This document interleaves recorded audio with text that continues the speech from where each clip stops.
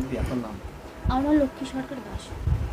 যে আপনার মেয়ে আপনার বাচ্চার যে এরকম একটা বিরল রোগে আক্রান্ত হয়েছিল, যখন থেকে জানতে পেরেছেন এতগুলো টাকার দরকার, তখন থেকে কীভাবে হতাশায় ভুগছিলেন এবং কী ভাবছিলেন? প্রথম থেকে যখনই এতগুলো টাকা আমাদেরকে বলা হয়েছিল 16 কোটি টাকার ইঞ্জেকশনটা লাগবে, তখন তো বলতে গেলে আমরা হতাশা তো যেমন তেমন মাথায় তো আমাদের কোনো উপর মস্ত বড় পড়েছিল, বলতে বাজ পড়ার মতনই পড়েছিল। কিন্তু অস্মিকার বাবা আমাকে প্রথম থেকেই বলে গেছে যে যেভাবে পারি না কেন আমি ওর ইঞ্জেকশনটা দেবো। কিন্তু ওটাই ও করেছে সবার মাধ্যম থেকে, যেভাবে সবাই আমাদের সাহায্য করেছেন সবাইকে তো অসংখ্য ধন্যবাদ। কিন্তু অস্মিকার বাবা প্রথম থেকেই বলেছে যে যে হোক যেভাবে পারি না কেন ইঞ্জেকশনটা ওকে আমি দেওয়াবো, সেটাই আমার কথাও ও রেখেছে। কতদিনের মধ্যে টাকাটা জোগাড় হলো? এটা আমরা তো ক্রাউড ফান্ডিংটা 9 মাস হচ্ছে, 9 মাস প্লাস হয়ে গেছে ক্রাউড ফান্ডিংটা আমাদের চালু হয়েছে। কীভাবে দিনগুলো কাটছিল? দিনগুলো তো খুবই ভয়ঙ্কর, মানে পেছনের দিনগুলো ভাবলেই এখন আমাদের গায়ে জ্বর চলে আসে, মানে খুবই ভয়ঙ্কর দিন কেটেছে।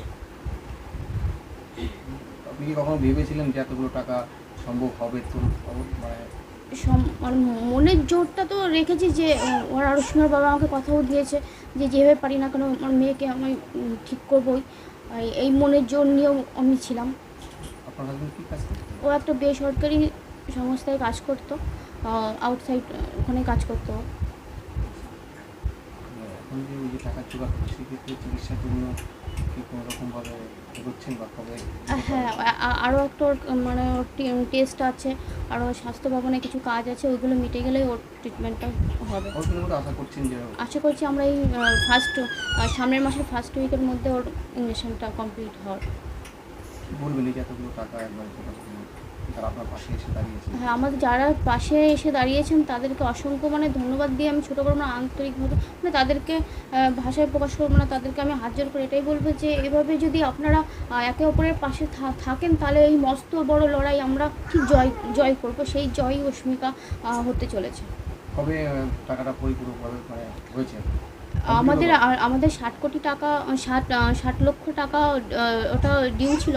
সেই টাকাটা শান্তনু ঠাকুর, শ্রী শান্তনু ঠাকুর আমাদের সাহায্য করেছেন। ওনার এই অবদান তো মানে ভোলার বিষয় না, উনি আমাদের কাছে ভগবান তুল্য মানুষ। আর সে যে যা ভেবে সাহায্য করেছে সবাই আমাদের কাছে ভগবান।